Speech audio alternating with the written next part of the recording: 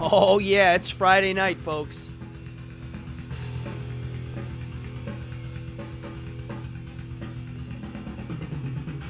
Episode 55.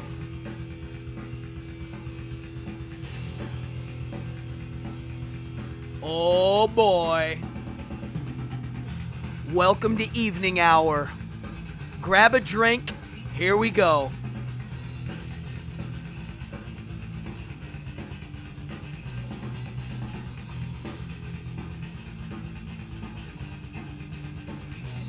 Yeah. Can't believe we're at 55. Come on in.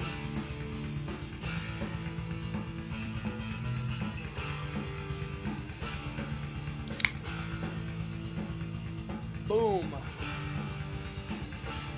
Oh. Woo.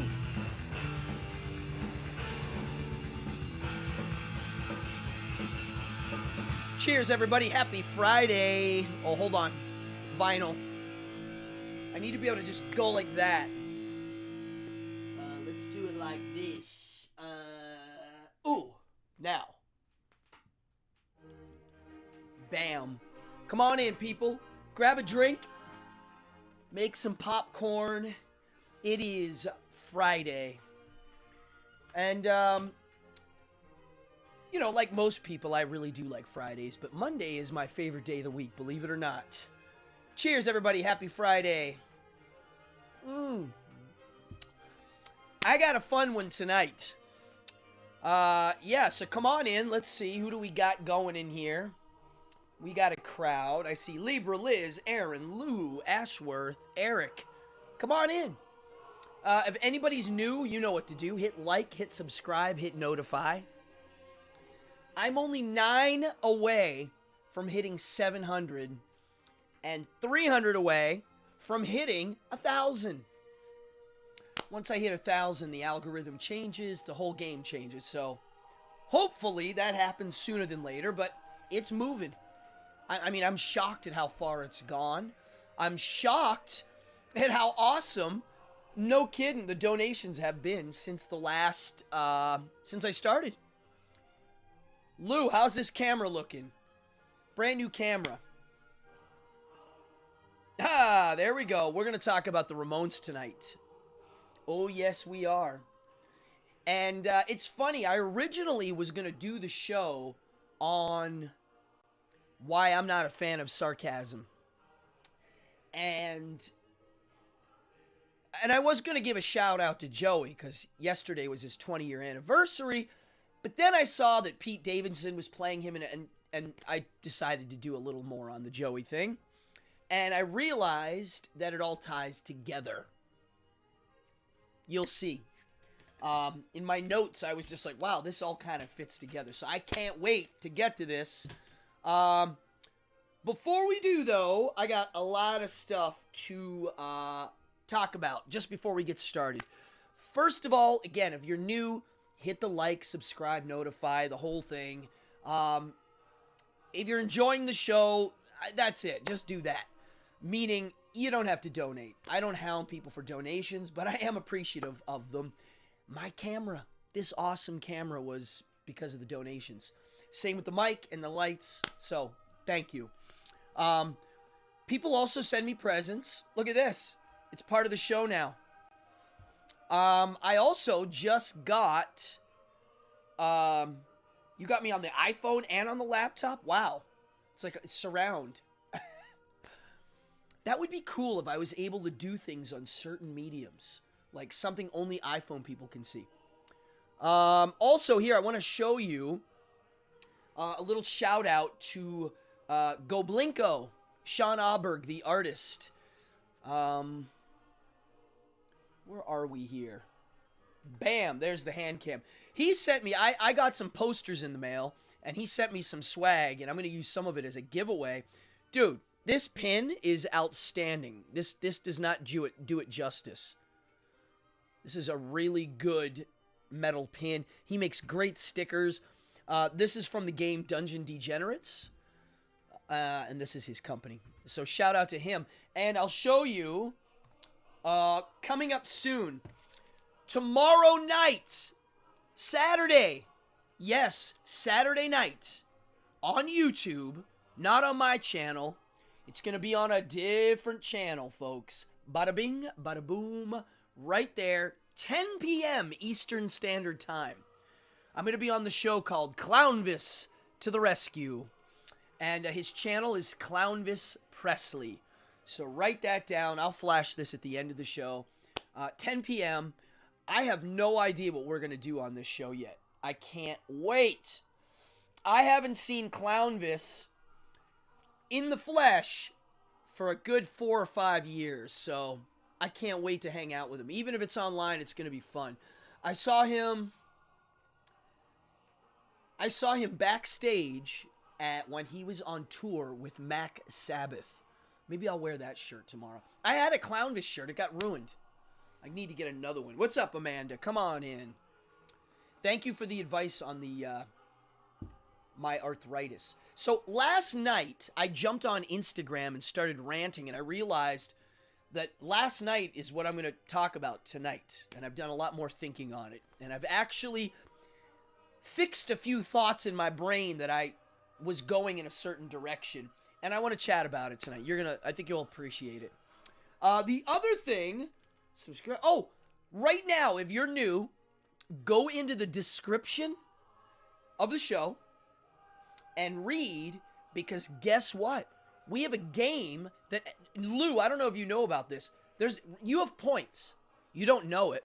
So Lou, right now, write an exclamation point, and then right beside it, no space, write the word points. P-O-I-N-T-S. So exclamation point, points. Somebody will do it here in a second. You'll see. And then my robot will tell you how many points you have. And the more you chat, the more points you get. That's how it works. Once that happens, you can then spend those points in a store, all in the description, and my robot will remind people. Now, how do you get more points? Well, chatting.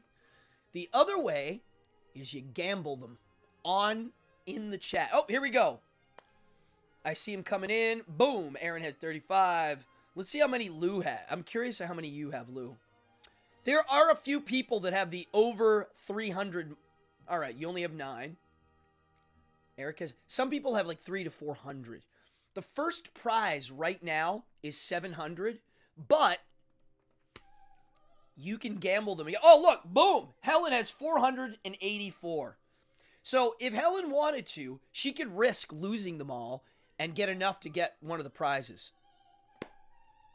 Yeah, that's how this game works. So how do you risk? You hit exclamation point, risk.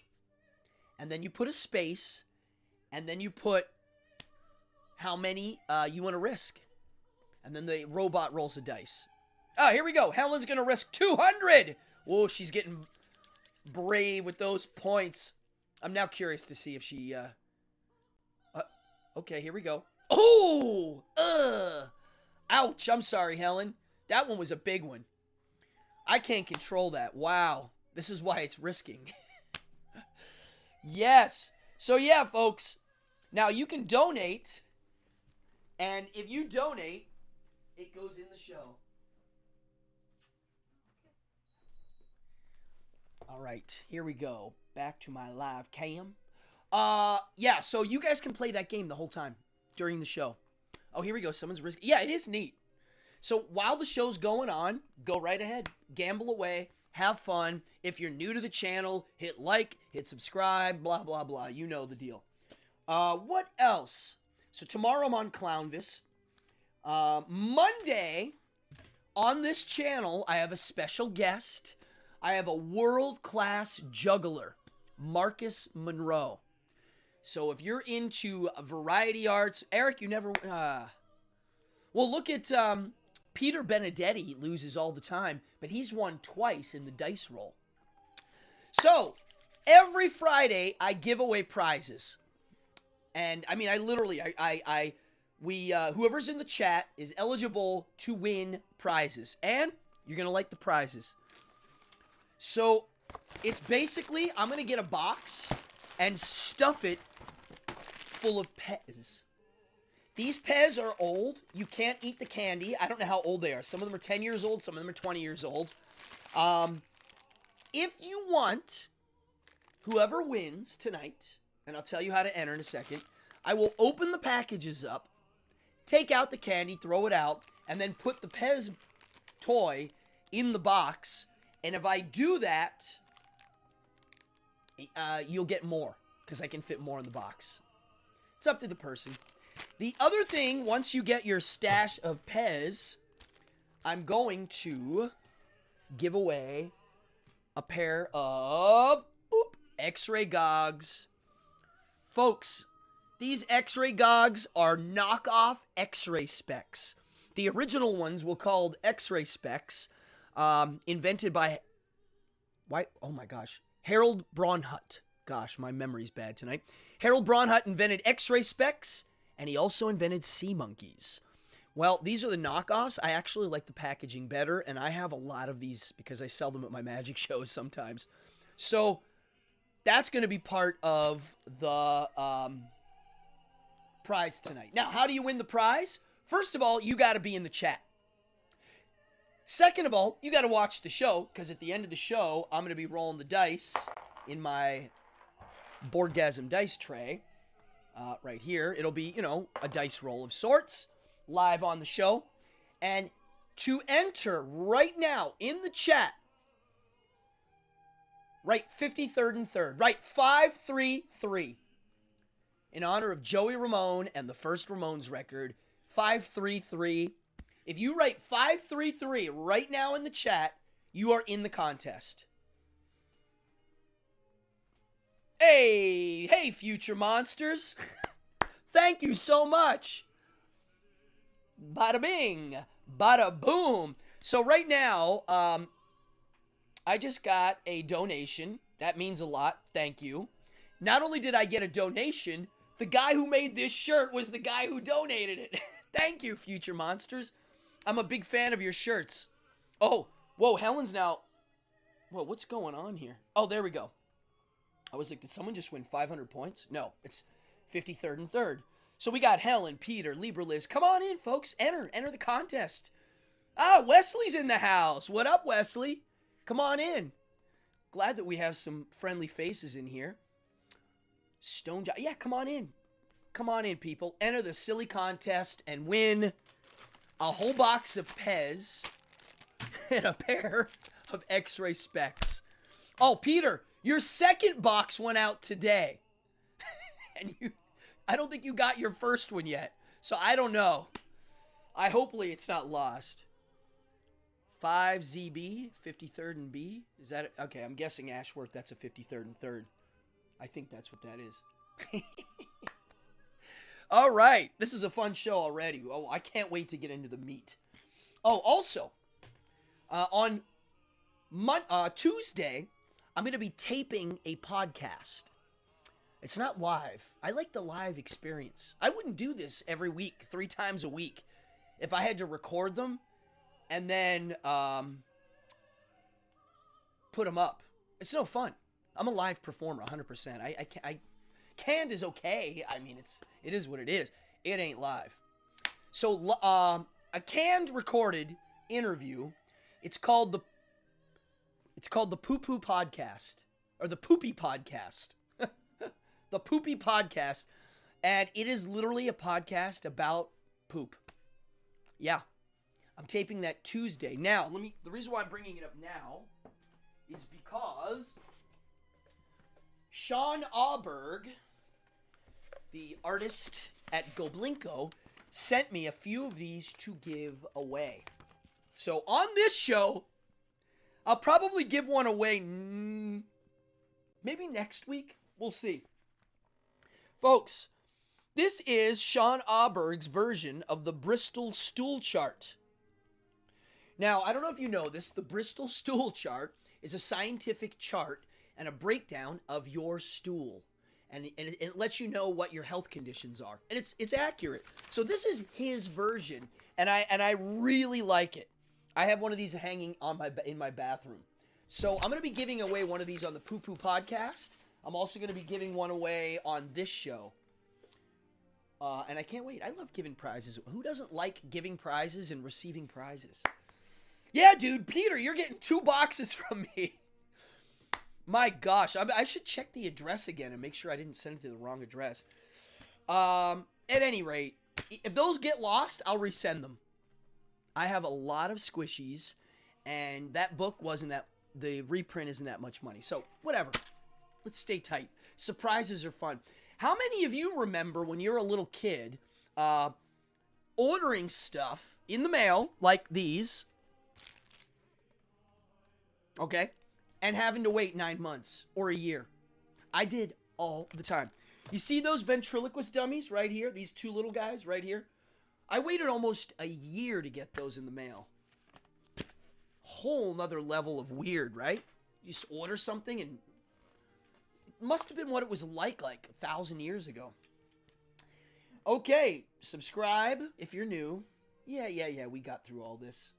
Oh yeah, don't forget, 533. 53rd and 3rd, 533. Enter it right now, and you are in the contest to win a bunch of Pez and X-ray gogs. All right, let's get moving here, folks. I got a meaty show here, and I don't want to miss any details. And at the end of the show, I'm gonna show the Joey video I have.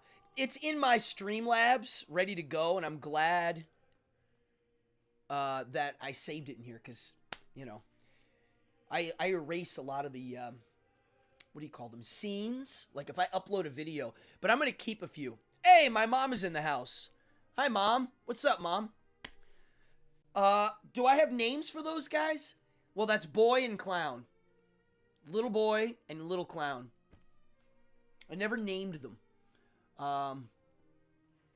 If I had to name him, he looks like an Archie.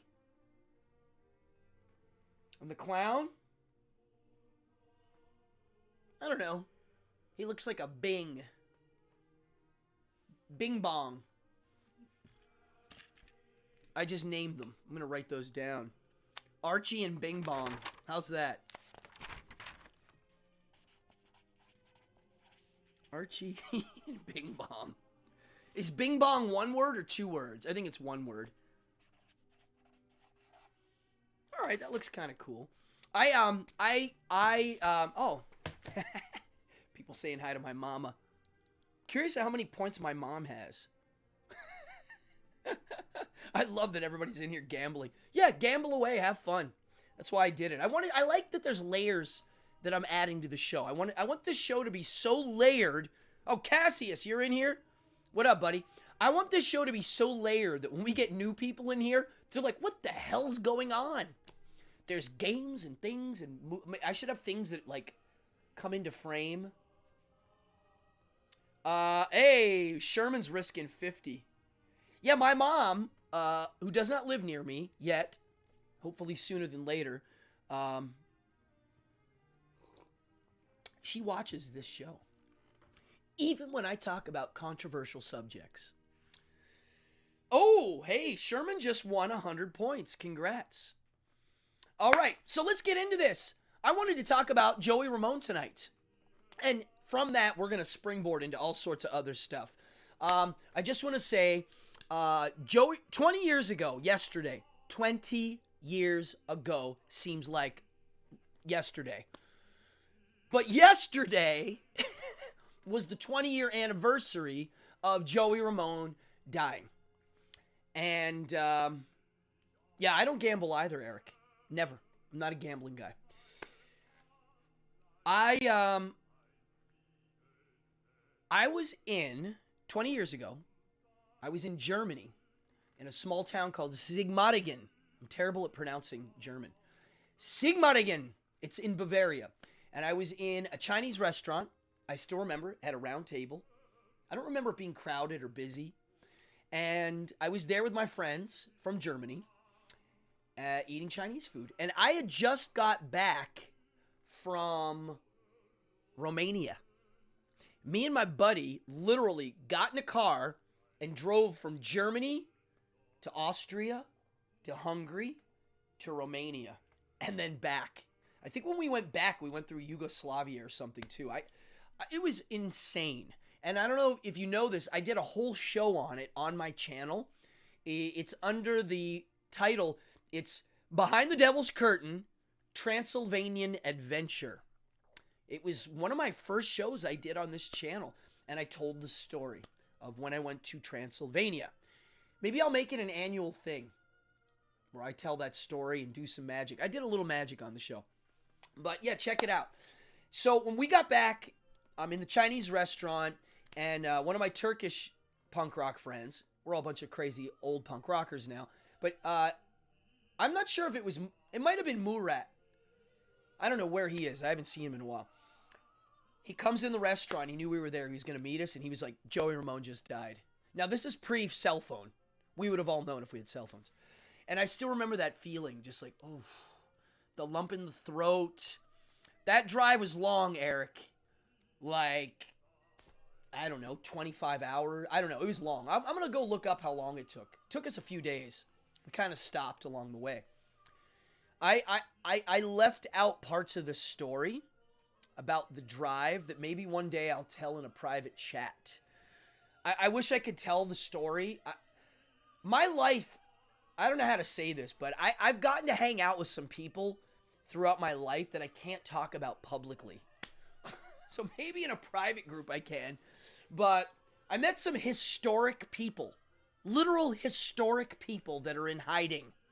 Kind of crazy. Anywho. So, Joey Ramone. I knew he was dying. I knew he was sick. I hadn't seen him in the flesh for maybe a year or two. But he was the one. He was the most influential to me on many levels.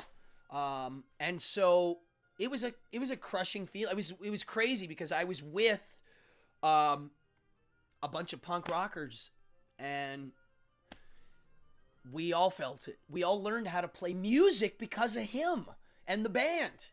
That's why I got to tour the world in my band, was because of him. He paved the way. He was the underdog that didn't care that he was the underdog and had confidence behind his own abilities. He was this like tall, kind of awkward, gawky guy from Queens, you know, just middle-class schlep, but he had good taste in music, really good taste. And him and his friends, they liked the underground stuff. They also liked real rock and roll from the 50s and 60s, and they liked doo-wop. They liked the dangerous stuff. I know he was a huge Ronnie Spector fan all the way through her life. And they basically were like, look, man, rock and roll comes from here, and it makes you dance, and it's simple, it's carnal, it's caveman. And by the time they were ready to unleash their beast, 1970, early 70s, music was corporate driven at that point already. You know, I once heard Frank Oh, I love that Cassius. I did play in a band, yes. And I'll show a video later. You'll get to see a clip of it. Yeah, Joey Ramone saw the music industry and his friends. They were like, look, it's corporated out. And, you know, Frank Zappa said this. This is great. Frank Zappa said that in the 60s, all the music execs were old guys with cigars. And they had no idea what was cool at the time. So here comes all these weirdos, like Frank Zappa, and they were like, people like this crap? Yeah. All right, give them some money, let them make a record without bugging them. Now you get to the 70s and the 80s and the 90s, and what happened was those old guys with cigars became young people who want to be musicians and rock stars but couldn't because they're not cool. And now they're in charge of the music business. So now they want to put their 2 cents into everything. And that to me is willing. So here's the Ramones. They actually got a real record deal at a time where they were still maybe an experiment. Like, let's see. Now, they did not make a lot of money. They didn't sell millions of records. They didn't they weren't on the radio all the time. If you were lucky, you got them a little bit on an underground station. But they did have, oh, wow. You got to see them there. All right, cool, Cindy. So they were always a working class band from the beginning all the way to the end. They toured in vans to save money. They toured 12 months a year. They put out lots of records. They're consistently awesome. And anybody that says their songs all sound the same clearly hasn't heard all of their albums. They started off with the caveman punk, fierce punk, a little doo-wop, and then the Phil Spector stuff came in. Then you got the 80s. I mean, come on. And his voice, listen to his early voice, and then listen to him sing Poison Heart. Listen to the quality of his singing. And I still remember when we played a show with him, again, my favorite show I ever got to play with Toilet Boys, and we got to play a lot. I still remember in sound check hearing his voice come out of the monitor of how loud it was. And the goosebumps I got playing, going, wow. So this man was a very big part of my childhood, my learning, my creative stuff. I took some, I don't even want to look at my notes when I talk about him. Yeah. And that record, Ramone, self-titled album, how many people learned how to play music because of that record? They are more influential than any other band in anywhere history. Anywhere. I'll debate that with anybody. Somebody said the Beatles. I was like, heck no. When the Beatles played, not everybody wanted to go out and start a band. Why? Because the Beatles were like kind of good-looking dudes who, you know, they weren't like, they didn't come off as street dudes, you know? Whereas the Ramones, it was like, yo, that's us. These are the street dudes. These are the misfits, the weirdos, the dudes that couldn't meet girls and talk to them because they were too awkward, or the nerds. They were the heroes. They were the heroes. So for me, little weird dude, of course I liked them. And it's funny that I'm doing a show on why I'm not a fan of Sarcasm, because a lot of their lyrics are kind of sarcastic and ironic and fun. But in real life, anytime I hear an interview of Joey Ramone, I didn't hear any sarcasm in his voice. Listen to a Joey Ramone interview of how sweet he sounds as a person. And I got to meet him a handful of times. I got to play with him. And, you know, I got to hang with him in lots of social circles. Because we all knew the same people. New York City's, that whole punk rock scene in New York is very small.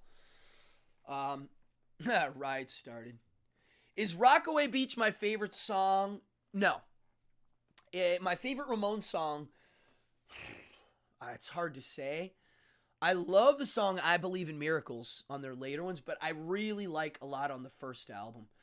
I love I Don't Want to Go Down in the Basement. I like Beat on the Brat. I like Today Your Love, Tomorrow the World. My favorite record, Rocket to Russia maybe.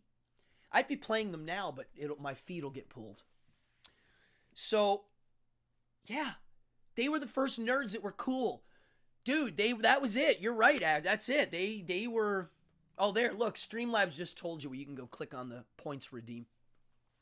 So then I heard maybe 5 to 8 years ago that... Oh, I also like the song 53rd and 3rd a lot. Lyrically, the whole thing. This is the whole... It's a 53rd and 3rd. The lyrics are kind of shocking.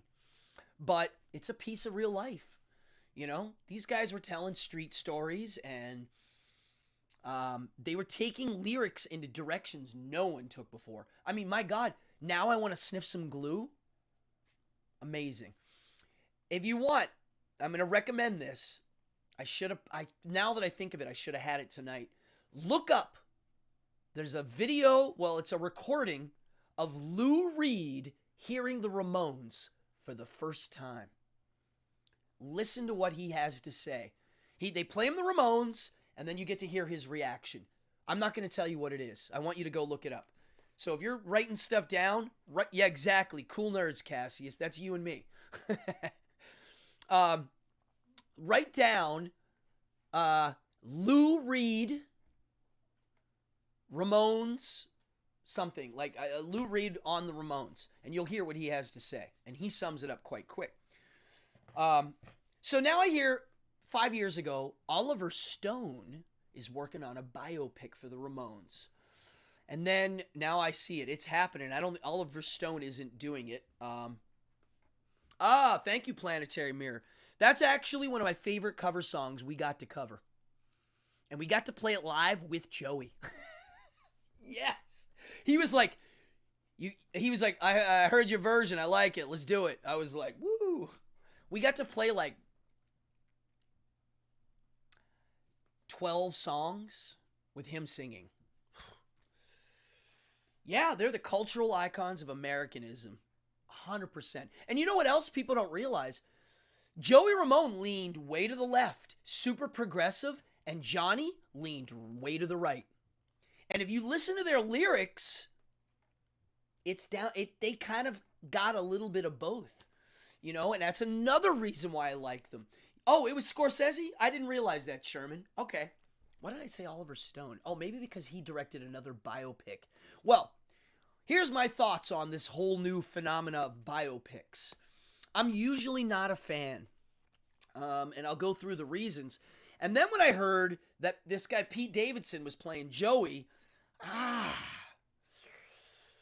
of course, Fallon. Yes, that was a tribute to the Ramones video. We were like, let's try to capture a little bit of that energy. I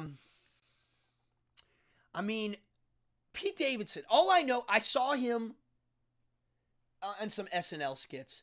And this is, you know, over the years. And I'm not a fan of SNL anymore. I haven't seen something funny on that channel for years.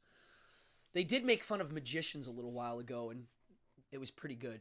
And actually, this Pete Davidson guy was on that episode, and he was the worst one. His shtick is he laughs at himself. He's like being funny, and then he cracks himself up. Not a fan. I'm actually very picky with comedians, which is why I'm going to talk about Sarcasm in a little bit. Oh, you saw the White Zombie tour. Wow. Favorite live band? Ramones. Then Manowar. Yeah.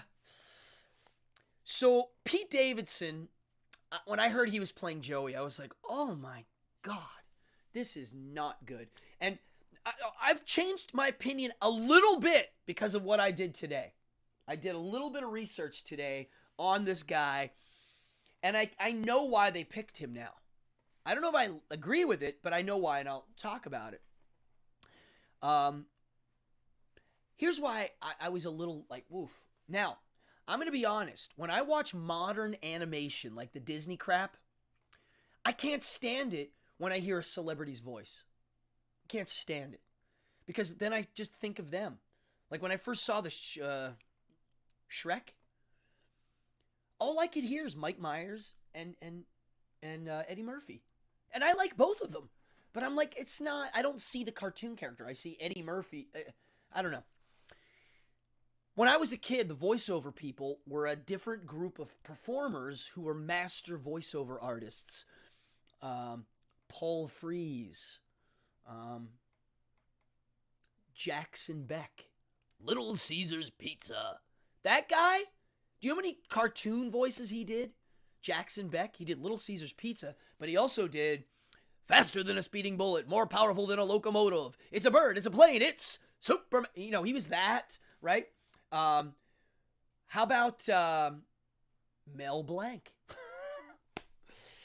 Yes, Peter. Exactly. Unknowns. I want somebody new. So somebody yesterday asked me on Instagram who I would cast as Joey, and I was like, nobody famous and unknown. Pick somebody who captures him and is completely unknown. And you'll be doing an actor that's unknown a favor, and I think you'll honor Joey Ramone. Now, the other reason why I don't like biopics, well, I'll get to that in a second. Let's talk about Pete Davidson. So I did a little research. He's from Staten Island, so he's like Joey. He's a New Yorker. I think he comes from a middle-class family. His dad was, here's something shocking I didn't know. His dad passed away in 9/11. His dad was a fireman. And I have a good buddy who was the toilet boy guitar tech who also died in 9/11. Johnny Heff, bada bing, bada boom, shout out to you. He was also a Rockaway guy. Johnny Heff, no one will forget that guy. So, I get it. He's a working class guy. He's from New York. I get it. I saw his character in an interview, and he kind of comes off as a little awkwardy, gawky, kind of like Joey. So I'm sure when they sat down in their stupid executive meetings, and they were like, "All right, who's famous that's not too famous yet? You know, this guy's not like Tom Hanks famous that we can get to play this part." And they're like him, and then he does match the character a bit. I think he's tall, but so when Tom Hanks got cast to play Mr. Rogers, I was like, whoa. I saw the movie. I gotta say, the movie's a wonderful film. It's called Won't You Be My Neighbor? The reason why I like it is it's not necessarily about a biopic of Mr. Rogers. It's about someone, it's about a journalist being touched and transformed by Mr. Rogers. I did a show on it. If you look up Cardone, Mr. Rogers, I did a whole show on Fred Rogers. Again, huge role model, top 5 role models for me, Mr. Rogers. So I get why they picked Pete Davidson now. I didn't, now I get it. He seems like a decent dude. He seems like he could, with a right director, have a bit of honesty. But I don't know. Maybe he's a better dramatic actor than a comedian. Now, he comes from a stand-up comedy background, which, mad respect, ain't easy. It's not easy. Stand-up comedy is extremely hard. It's, to me, probably one of the hardest. Now, I'm sure... Oh, that's what it's called, A Beautiful Day in the Neighborhood. What did I say? Won't You Be My Neighbor, which is the song.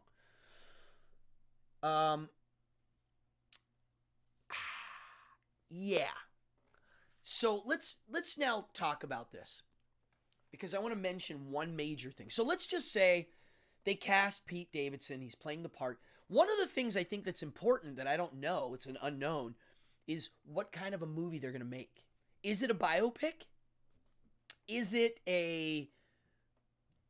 like the, what's it called? Won't You Be My, A Beautiful Day in the Neighborhood, where it's about something else and the character of Joey Ramone will be the fuel for it? Is it going to be about the fact that Johnny ended up marrying Joey's girlfriend? It could be about that.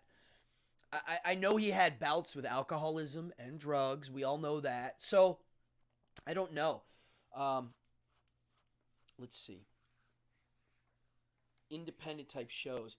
Well, okay, so maybe they'll direct the movie so it's a different vibe. Now, I was thinking, if I was the producer, who would I like to see direct a movie about the Ramones? Wes Anderson. Why? Because instead of it making it real, maybe he'll make it fantasy. I like it when people take things a little farther than reality. That way people don't look at the film as fact or truth, which is my next thing I want to talk about. So, fact or truth. Whenever you make a biopic, it becomes a fact.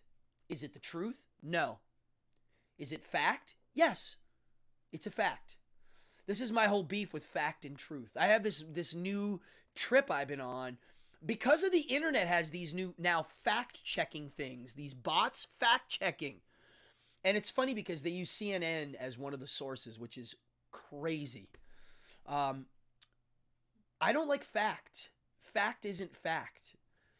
I wrote this down. One way to look at fact, it's a description of time and space that can be measured. So a fact is almost like a description of a thing. The thing is the actual truth. So are we able to actually know the actual truth of anything? Well, that's a whole nother show. I'll say we're not. You'll never know. Just like I could explain to you what I'm feeling right now or what I saw in a situation, but you'll never actually see what it was because maybe my interpretation of that isn't actually what it is. This is why I don't like fact. This is why I don't like eyewitness testimony. This is why I don't like any of that stuff. I'm a magician.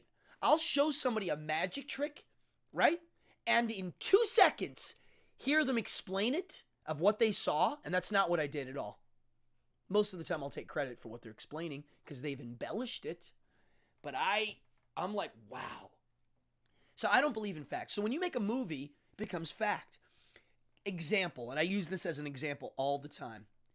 When Houdini died, 20 years later, Hollywood made a major movie starring Tony Curtis. At the end of the film, he dies performing the underwater escape. Most people think that's how Houdini died. It's now a fact. Imagine us making a movie where Joey Ramone gets shot on stage at the end. What? What the heck? What? Are you crazy?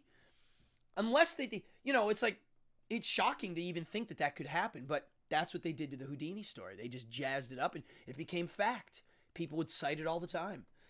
Now you can Google it and do a little research, but even then, you don't know. You never know. Wiki? People that think Wiki's fact? I don't think so. I can go in and change it any wiki I want. All the wikis the corporate wikis have people monitoring them because you can change it to whatever you want. Anything printed in a newspaper is fact. You can go, here, it says it in the newspaper, right there. It's not the truth. It's a fact, but it's not the truth. So I have beef with biopics because it becomes the actual stamp of what happened. So if it goes into the direction of fantasy, I don't care. I don't care. Now, I prefer fictional depictions of magicians, fantasized. I prefer that than a TV magician doing real magic shows on a live setting. I don't like those. They cheat. They use camera editing and stuff all the time. I'd rather it be fantasy. Yeah, Wiki's crazy. You can't trust Wiki. Now, Pete Davidson's a stand-up comic. Anybody ever hang out with stand-up comedians? I've known a few. Most of them, when they're in a group of people, are intolerable. They're constantly trying to get a laugh or try out bits. And there's a lot of sarcasm. A lot. And it's like when you hang out with magicians, I'm the kind of guy that if I'm hanging out with a bunch of people, I'm not always doing magic tricks. If you know me really well, you'll know I'm not always doing magic. Notice I don't do tricks on here all the time. I don't like it when magicians do too many tricks. What makes a miracle? It's rarity. I'm going to read this for a second, and then we're going to go into my sarcasm rant. Yeah, they can edit anything. Every writer has their own. Yes, exactly. Everybody has a bias. There's no... everything's subjective. Everybody's biased. Everyone. That's true. It's impossible not to be.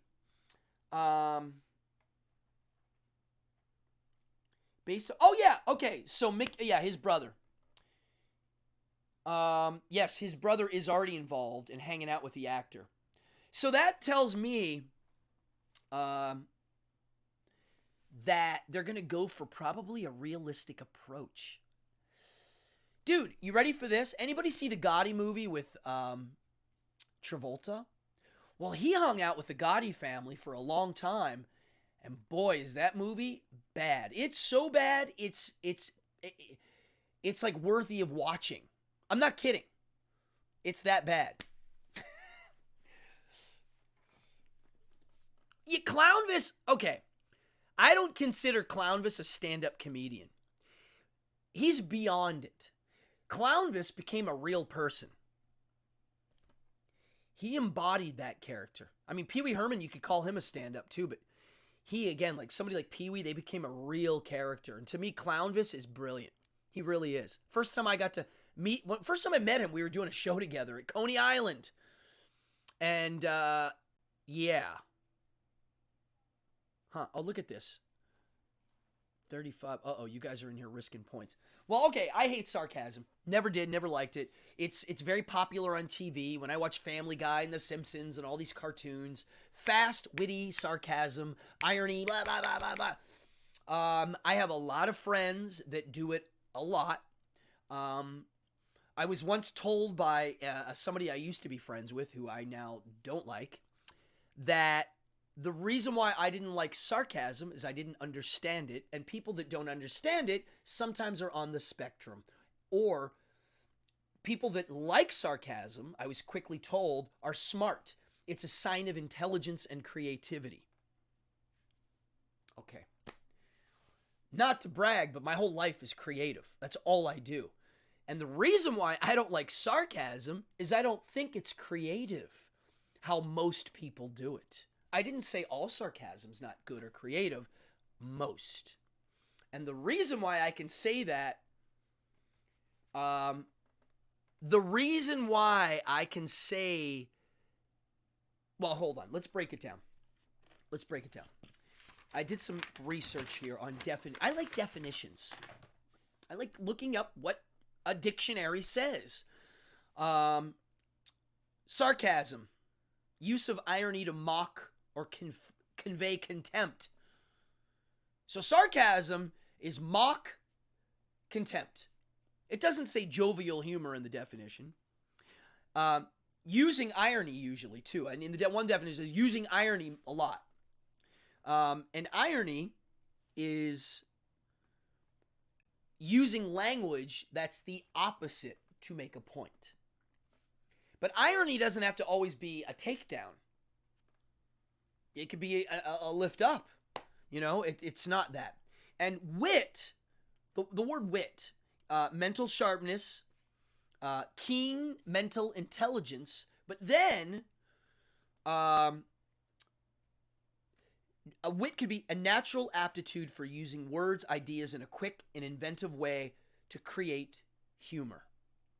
I think a lot of people mix up wit and sarcasm. They start to mix these definitions together. And so here's the thing. One of the things I realized about sarcasm is it's clearly a passive-aggressive thing. Because if you really wanted to say something to somebody, you would just be up front. You'd be like, you're ugly, or I think you are a scumbag, or I don't know. You would just be, right? But passively, you could be like, wow, you look so handsome today. Or, you know, boy, you're pretty, right? Using your ironic sarcasm. So it's passive-aggressive. And okay, here we go. A lot of people are talking about it. I don't like passive-aggressive stuff. And so it clearly, sarcasm in the definition says it's a negative thing, right? It's a cut down. It's a takedown. And if you're doing it to your friends, you know, what's the saying? You know, you're jabbing at each other. I get it. When you go out with your buddies, you're all jabbing at each other and making fun of each other and having fun. But the reason why I don't like it, and the reason why people I know are like, oh, you just don't get it. Or they'll make a sarcastic joke and I'll ignore it as if I don't get it. The reason is this. If I'm telling a story and someone comes in with their little witty bit of sarcasm, they'll be like, oh, blah, blah, blah, blah. And I'll go, no. And they'll be like, no, I'm kidding. I was being sarcastic. And I'm like, I know, and it's not funny. And you stop my story, and now I have to go back and finish it. It's almost like an upstage tactic. Now, the reason why I hate it are people that use this do it all the time. And they have to do it all the time. Because if you don't use sarcastic humor all the time, it is a sting.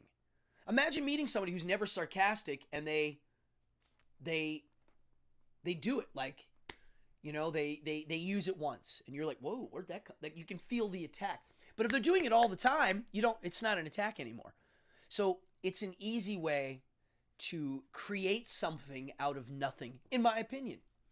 I don't find it to be a sign of creativity I can't even believe there's there's videos of like, oh, if you're sarcastic, you're smart. It's like, what? Please, that is ridiculous. I think if you use it a lot and okay, the other thing is this. If you're watching a comedy, how often do you actually belly laugh? For me, not so often. I do belly laugh. I was watching the other day some Mr. Bean stuff that I had never seen, like some live things that he had done. And I belly laughed. And I was like, wow, that's rare. I don't belly laugh all the time. Sarcasm doesn't make me belly laugh. Maybe if I see somebody being sarcastic from afar, watching it happen between two people and seeing some interaction, maybe that would cause a belly laugh. But I just don't think it's funny. And when you're talking to somebody on a private level and it comes in, it's like, why? It's unnecessary. I spend my life sorting through ideas and trying to think about them and find new ways to see things. And throwing in this sarcastic stuff, it's just... So back to talking about watching comedians hang out, that whole one-upmanship, I'm just not a fan. I put down here, yeah, it must be... Oh, yeah, it's popular on television, too. So sarcastic humor is so popular that I think it's become this, like, part of just how people are. It becomes people's character, almost. Now, using sarcasm in a performance setting, to me, is different. Like I said, the Ramones have lots of, like, ironic lyrics, but it's in performance mode. It's not on a personal level. So, for art purposes, for theater, poetry, I get it. That's fine. It's a way of juggling words and getting people to see something in a certain way. But when it comes down to a human one-on-one level, I'm trying to build bridges with people. Even mine enemies. I'm still trying to build some sort of a connection so that we're on the same page. Yeah, I don't barely laugh either, Peter. It's the writing. It's who's in Hollywood writing. You know, these guys, they're all like business majors, and then they end up becoming Hollywood writers because their cousins are involved. They're anointed. And that's, you know, they're not real vaudevillian comedians. The old Hollywood people they came from vaudeville. They were sideshow performers. And, dude, Houdini was in the sideshow circus. So when you hang out with comedians, they're trying to one-up each other. And you'll hear lots of this sarcastic stuff. And I always thought it was easy. It's like, that's the easy way for a laugh. That's why I like clean comedy. When you see a comedian who doesn't swear and he actually gets you to laugh, I love it. Unless it's George Carlin. George Carlin, he's not even... I can't include him on any of these discussions. George Carlin is a category of his own. He's a philosopher, poet. What's the word to describe somebody who's writes... A witty writer. There's a word for that. Somebody here is going to know. A writer who's witty and fun and clever. Oh, clever's the other word. Okay. So I'm one of those guys, and I talk about this a lot. It's if I learned anything at my university studies from one of my mentors, who I did a show on. Look up Victoria Santa Cruz. I did a whole show on her. She always said, clever will kill you. Don't be clever. Stop being clever. And when she would say that, what she meant was one of the secrets to creating good art, whether it be comedy, magic shows, or a Ramones movie, is to create stuff from here and really try to figure out what the message is and stick to the plan. And when you're trying to be clever, it's usually not part of this. And it's not part of what the real message is, which means it's coming from your ego. So when she would say clever's going to kill you, stop doing it, that's what she was saying. Eliminate the junk. find the essence and get rid of the garbage. And the garbage usually are the clever bits. Now, she would also go into explaining that there is organic clever, meaning through hard work and puzzling together your art or whatever you're doing, you organically find a beat or a moment or something that, yes, it is clever, but it grew from something. It came from your work and examining the puzzle, not just a cool idea you want to stick in. That's why when I watch most Hollywood stuff, that's all I'm seeing is clever. Clever, clever, clever, clever, with no real backbone.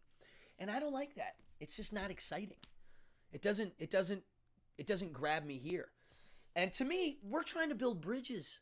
So when I'm trying to like build a bridge with somebody, whether it be an audience member or an enemy, if I'm trying to talk to somebody that I don't like, I want them to understand me. I want them to hear me very clear. I want them, just like a wizard would do, to listen to what I have to say and let my words influence their actions. Now, how do you do that when you're cutting them down? You can't. There's the old saying, kill them with kindness. I would say, I wouldn't call it kindness. I would change that. I'm going to write that down. I'm going to modify that saying, kill them with kindness. Because I wouldn't just call it kindness, because I'm not really being kind. But I'm trying to build a bridge. So if somebody I don't like and I'm trying to convince them of something, I'm not going to start getting sarcastic and use wit to sarcastic wit to attack them at a subtle level. You know what they call? In the weirdo dating scene, what do they call it? Negging. They teach dudes, hey, if you want to meet a girl, if you neg her, negging is like saying a little subtle negative comment, right? Because if the person is a little self-conscious and you give them a little negative jab, it's a form of mind control in a way. So, and I always thought that was just kind of cheap. You don't have to do that because the end result of that's terrible. I met this dating coach guy, and we became friends. And he was saying, when people come to him, he's like, look, if you just want to meet girls and go out with them and hook up and all that, the neg trick works.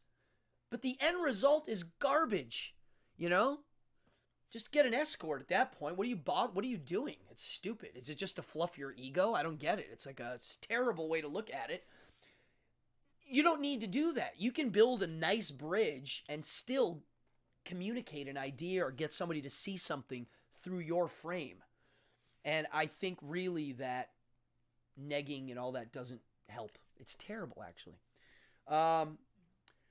Just worked in a comedy club in the city. Coworker. Yeah, I've been to only a handful of comedy clubs in my life. In Manhattan, the famous ones. And one of the things I didn't like immediately was the notion, and this is just me being a cheapskate, but I just thought it was weird that you pay to get in, there's a 2-drink minimum, and then you tip on top of the ticket and the drinks. I was like, wait, you're making me pay the tip on the $50 ticket too? That's weird. Like the ticket's the ticket and the drink's the drinks. So I always felt like I was getting scammed a bit. And then, you see the nightclub or the act, and I just never, I'm not a stand-up comedy guy. I mean, I like stand-up. I love Sebastian Maniscalco. I love the new guys. I think he's great. He's pretty much a clean comedian. Anybody watch him? Sebastian Maniscalco. He's a paisano. He's an Italian guy. He makes fun of his Sicilian father. And he's the guy that does the act about when someone rings your doorbell. In the old days, you'd be like, hey, we have guests. And now you're like, whoa, who's here? He's like a physical comedian, and he does observational comedy. He doesn't really swear much. He keeps it pretty clean. He does a little bit. He's funny. I think he's funny. But, I do like stand-up. I just don't like the formulaic comedy club stand-up. Just like I don't like I don't want to. I like variety. Oh well, Benedetti, you got a last name like mine. Hey, Benedetti. You got. Yeah, if you're an Italian guy and you see Sebastian Maniscalco, it's pretty damn funny. When he does his father and stuff, it's amusing. Who's the comedian that was making fun of Italian dudes um, pointing with their lips? Like if you say, "Yo, where's the remote?" They go, mm, mm. Yeah, a Blondie episode. I would love to do a Blondie episode. I'd like to do a Blondie episode where I can convince her to come on my show. It could happen. That would be cool. I would have to probably do a canned interview. I don't know if she would do a live. She might. That would be sick. I'm gonna see the keyboard player for Blondie very soon. He's a good friend of mine. I'll see. I can get him on. Actually, I'm gonna have him on. I'm gonna try to get him on soon. Because he's not only the keyboard player in Blondie, he's also the keyboard player in a band called Princess Goes to the Butterfly Museum. And if you haven't heard of them, I'll say it again. Princess Goes to the Butterfly Museum. The lead singer is the actor who plays Dexter, Michael C. Hall. And I'll tell you what, he's a really good rock and roll singer. He's got a good live. I hate it when actors do music. I hate it. I never like it. Something's wrong. But him, I don't know what it is. He's got the right vibe. He's got it in him. He played on Broadway, I believe, was he Hedwig or Frankenfurter? He played one of those characters. He might have been Frankenfurter in Rocky Horror. I can't remember. And I think he actually did, maybe he did both. I think he was Hedwig too for a minute. Anywho, he's a good guy. He's a really good performer. And I got to see them play at Mercury Lounge. And maybe I can get Matt from Blondie in here. Because I'm going to see him in a couple weeks. Anywho, that's a good idea. Jim Gaffigan. No. Is he a comedian? Because if he is, I'll look him up. I do like a good stand-up show.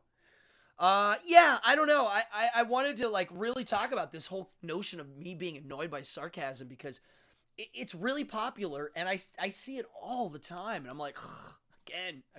It's just nonstop. And I realized recently the reason why it's nonstop is it has to be nonstop for it to work. Because if it's not, you really feel the jab. Because that's what it is. It's a jab. There's an old saying, I believe Dr. LeVay said this, and he did. And I don't remember what book it's in. But he said, if you have somebody you don't like, don't cut them down. Inflate their ego. Honestly, inflate their ego. Because usually those guys are the ones that have big egos, and if you fluff it and they're not smart, it gets bigger and bigger and bigger. You're adding to it. And what happens when someone's ego gets really large? They fall hard. So, again, if you have an enemy, instead of using sarcasm, if you don't like somebody, it's so much more effective to do the opposite. I'm going to look this Jim guy up. So, if I got two people in here telling me, two people I trust, your opinion. And both of you, one's a kid and one's a grown adult. If you both like him, that means that's a good sign. I always thought that was a good sign for all art. Is you can show it to a 10-year-old or play it musically, and you can play it for an adult, and they'll both get something out of it. That's how I always treated my magic. I never wanted my magic tricks to be for children or for just adults only. When I meet magicians that only do magic shows for kids, I feel bad for them that they're not doing the adults because that's the real reward. And when I meet magicians that do magic shows for adults and hate children, oh, that breaks my heart. Because the whole point of magic is getting people to return to this idea of wonder that you have when you're 5 years old. So how are you doing magic for adults and hate children? Something's wrong. Something's majorly wrong. So I always thought magic is for everybody. Now, when I do a kid show or an adult show, yeah, I change it up a bit, but not much. If you saw me in a nightclub and then you saw me do an elementary school, not much is going to change. Not much. Same act, same stuff, same vibe.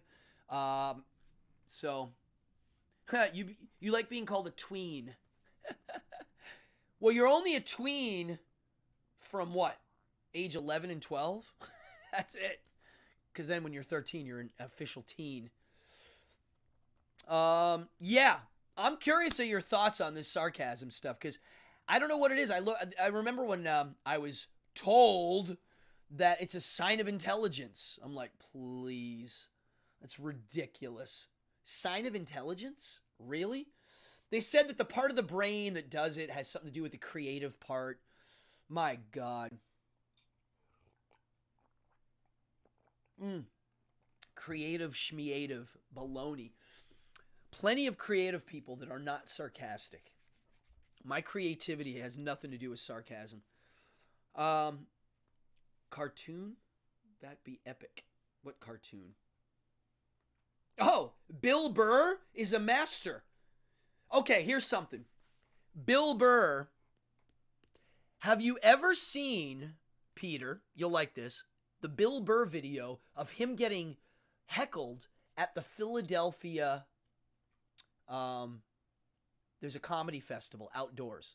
Now, he swears in this one so much that it becomes its own art form. Now, let me explain. Sitcoms, I don't watch TV. I mean, old sitcoms, Honeymooners. I like the Honeymooners. I do like Three's Company. I do like, I'll watch a Seinfeld here and there. I like Mr. Bean. I like Monty Python. Monty Python's not a situation comedy. I'm not a I Love Lucy fan, believe it or not. I don't hate it, but I'm a Honeymooners guy. So, you've seen it, Peter? Well, I'll tell the crowd. Go look this up. Bill Burr getting heckled. He's getting heckled, and why is he getting heckled, this master? Because stand-up comedy does not work outdoors after they've seen 50 comedians all day. Stupid idea, but I'm sure he was paid a lot of money. Yeah, he literally is like, oh, you're going to heckle me? And then he literally starts to heckle the audience. How long? A good literally 15 minutes of him yelling at the audience. And they're mad. And by the end, he wins them over. That's how you know he's a master. That guy speaks the truth. He's one of the only guys that said something about the Gina Carano getting boot thing. He was like, look, it's kind of weird. You know, he was like, hey, just me saying that, I'm going to get in trouble. Like, he actually talked about it a lot. That they literally just blacklisted her within 1 second. Yeah, Bill Burr is a master. Three's Company, I don't know if you've ever seen, Peter, the original version from England. It's called Man About the House. If you haven't seen it, it's worth checking out. Now, sarcasm and English humor, they go right together. But the thing about the English version of sarcasm, which I almost forgot to bring up, because I am a Monty Python fan. Monty Python makes me belly laugh. Is because they're throwing in with their sarcasm absurdism. You throw the absurd in there and you got a new mix.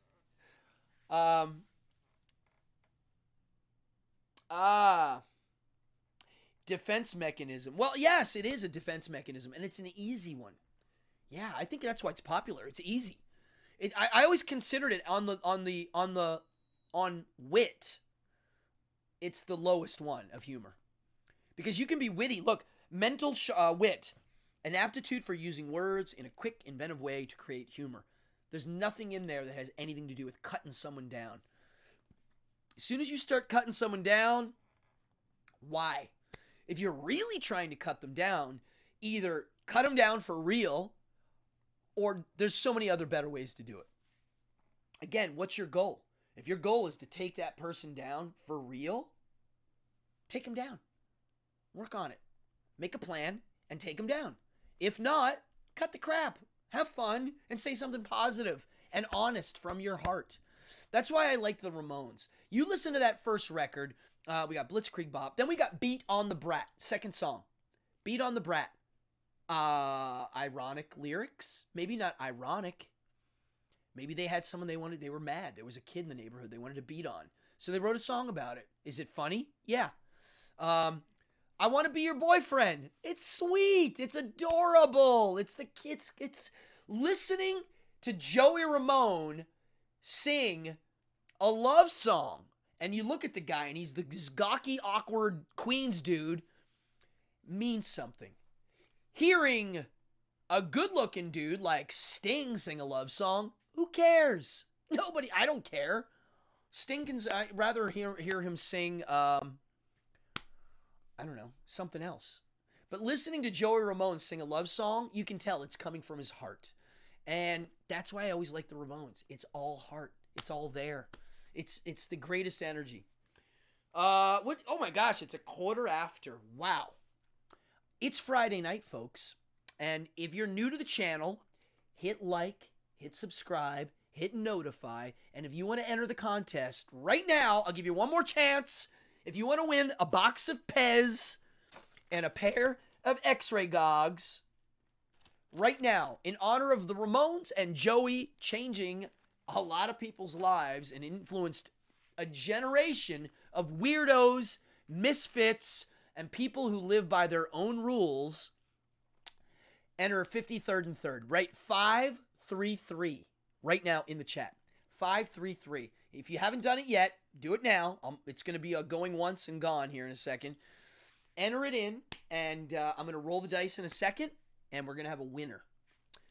533 in the chat. Let's see who we got. Now, let me just make sure here I didn't miss any of these ideas. Oh, yeah, Archie and Bing Bong. Oh, one of my favorite clown names is a clown in New York City. Gabuba. I always thought that was a cool clown name. And did anybody ever realize this? Ringling Brothers clowns don't use clown names. They use their name. So if I was a Ringling Brothers clown and I met somebody in my makeup, I'd be like, "Hi, I'm Adam Cardone. Nice to meet you." They use their real names. I always thought that was kind of cool because it symbolizes that clown character is a real person. They're not acting. It's their insides amplified. I always thought it was beautiful. Just like how I look at magic. I can't stand character-driven magic. I like magic that's the person, real, presenting it real. Like, "Hi, what's up? I'm going to freak you out with a magic trick." All right, we got a bunch of names in here. I need Pez, says Cassius. All right, let's see here. Who do we got? Okay. Pretty cool.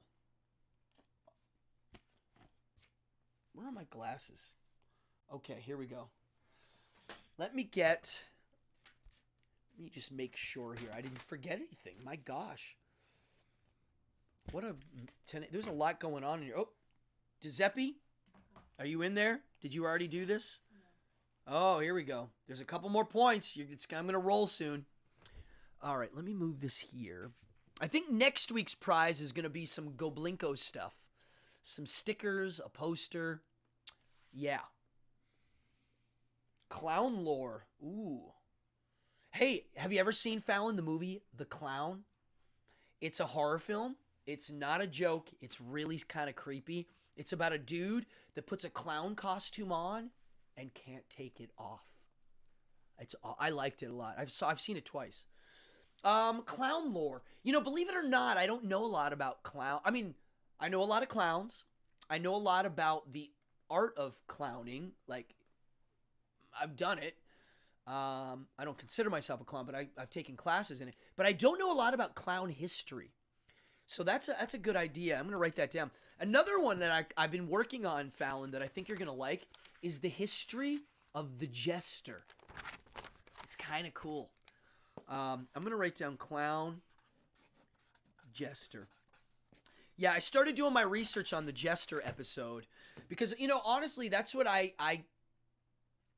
used to think about this. Like, I get some high-end gigs. I mean, I've done some shows that are so fancy that they're trying to get me to wear special slippers because their floor is so valuable, right? I do shows for rich people that are that rich, right? And I always realized, I was like, gosh, I'm kind of like a jester for rich people sometimes. But I don't make fun of them. That's one of the things that jesters got to do. A clown guest star? Well, tomorrow I'm on. Here, I can get him to do my show. He'll definitely be on my show eventually. Clownvis is brilliant because Clownvis, the way he plays that character, and that's tomorrow night, folks, so put it in your calendar. And it's not on my channel, it's on Clownvis's channel. The reason why Clownvis is cool is because he's playing the character as if Elvis decided to start doing some clowning. He plays himself as a very straight up Elvis impersonator who, it's Elvis doing a clown act.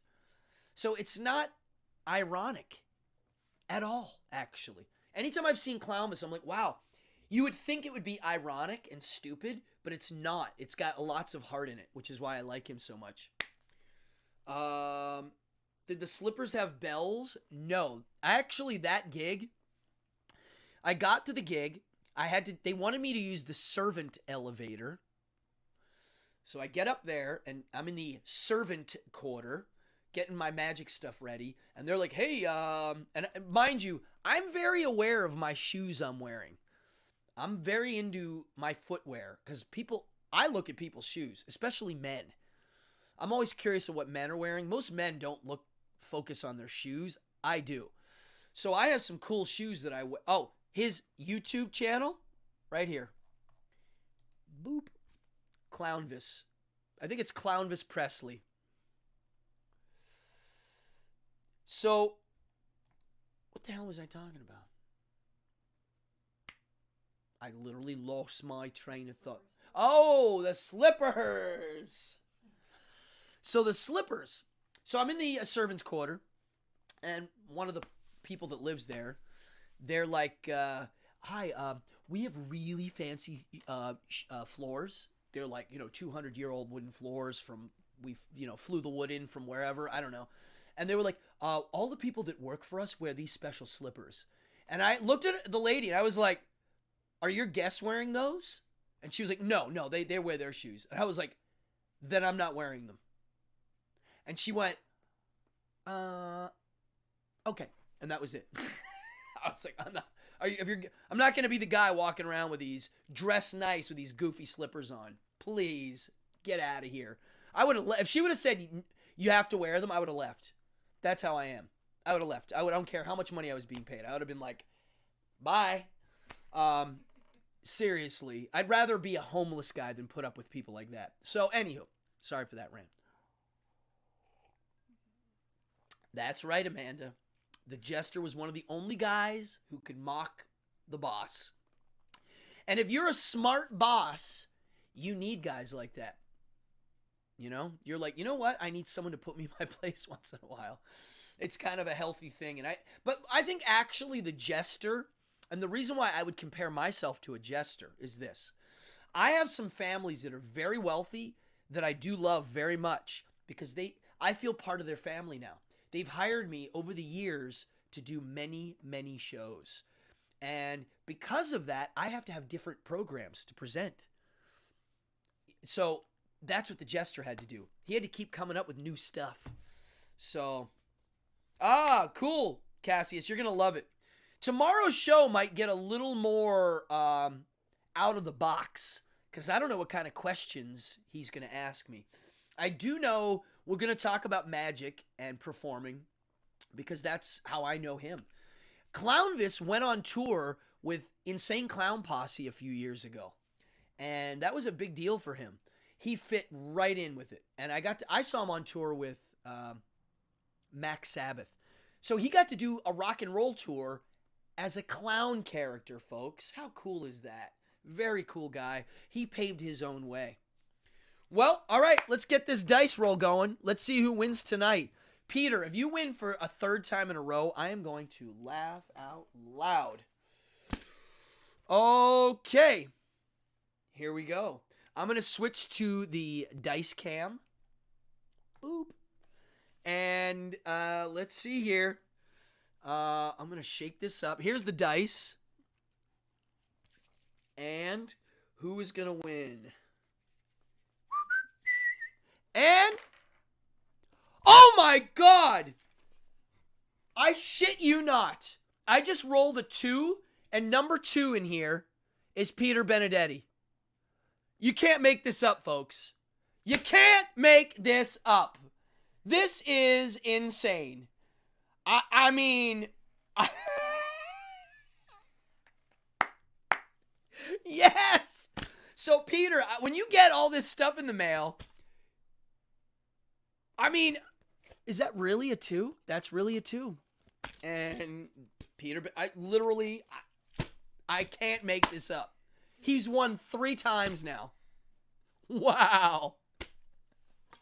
Oh my God. All right, Peter, I'm going to ask you right now, would you rather get them in the package or not? Because the candy in here, don't eat it. It's old. You do know they don't put a date on the candy? You think they would date the candy, but they don't. So you got to let me know. I know. It's freaky. Maybe one day I'll tell people my secret to winning raffles. I have won more raffles than you can. I've won so many raffles that people are getting mad. And it like one of those like banquet hall things. And I have a secret. I'll teach somebody one day. Maybe ooh. All right. Well, that's in my notes. Peter, congratulations. I literally was like, if you win again, this is going to be hilarious. Yeah. That's how this show works, folks. I play it straight. You know, I'm a dungeon master that rolls the dice in the open. Most dungeon masters roll behind the screen so they can fudge it a bit in case they need to make the game better. I don't do that. I play it straight. What's he say? You'd rather have the open version. Okay, meaning that's the right way. Instagram. I have to leave the chat. I can't. Oh, thank you. Oh yeah, Clownvis is on live tonight too. Yeah, I'll probably jump in tonight and say hi. So check this out. Peter, what you're saying is you'd rather me open them and throw the candy out. Yes? Because I'll give you more. I'll be able to fit more in the box. I can't wait to see if you make something with these or just save them. You're a shoe guy. Yeah, dude. Smart people look at your shoes. I look at people's heels. I look at the tip of their shoe. I look at the edges. I can tell by how people's shoes are, how they walk. And how people walk says a lot about them. So, wow. I had a good time tonight, folks. I feel like I'm forgetting something. You can always play the points game. And I'm going to end tonight with a video that means a lot to me. Right here, I'll show you.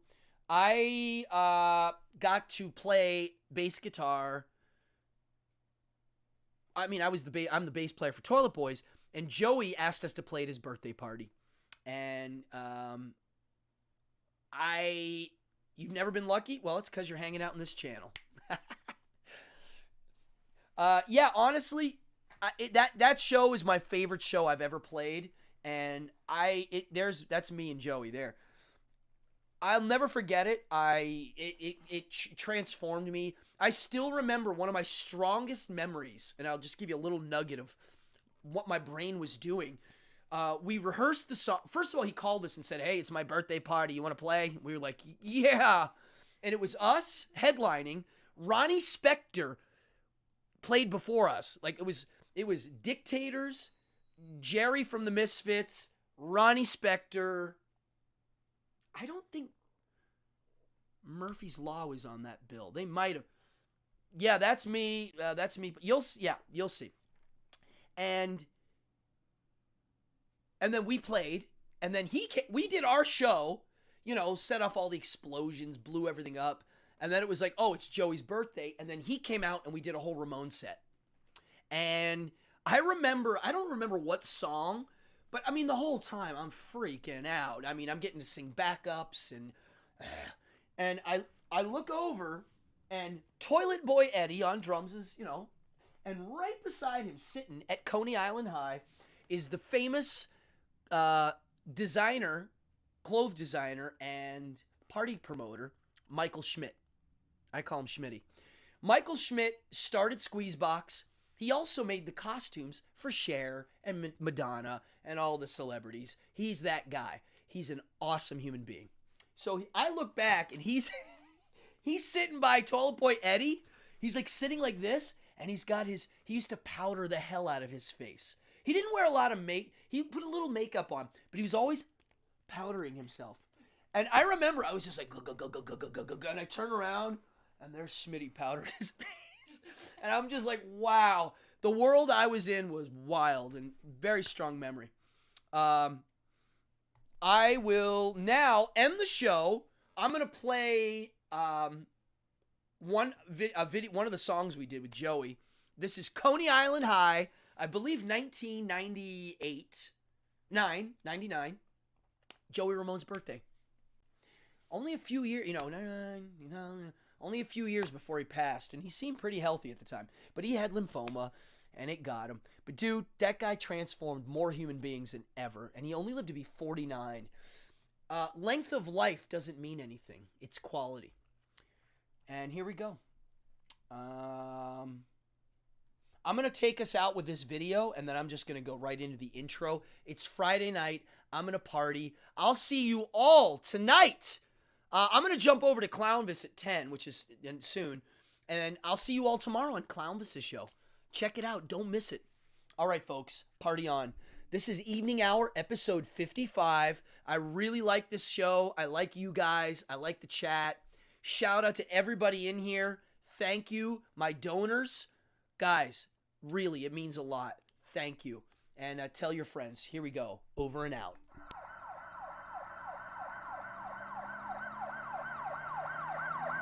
I just want to have something to do today.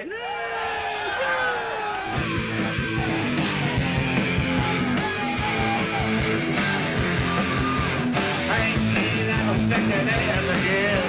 Eating chicken, getting good.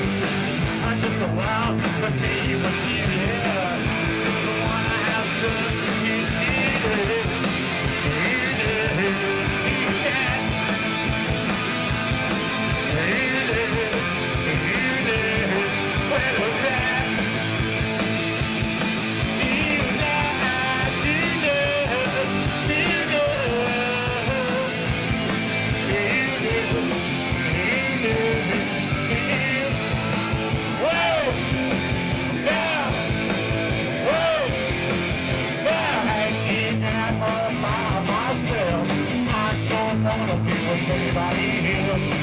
I just want to be with you.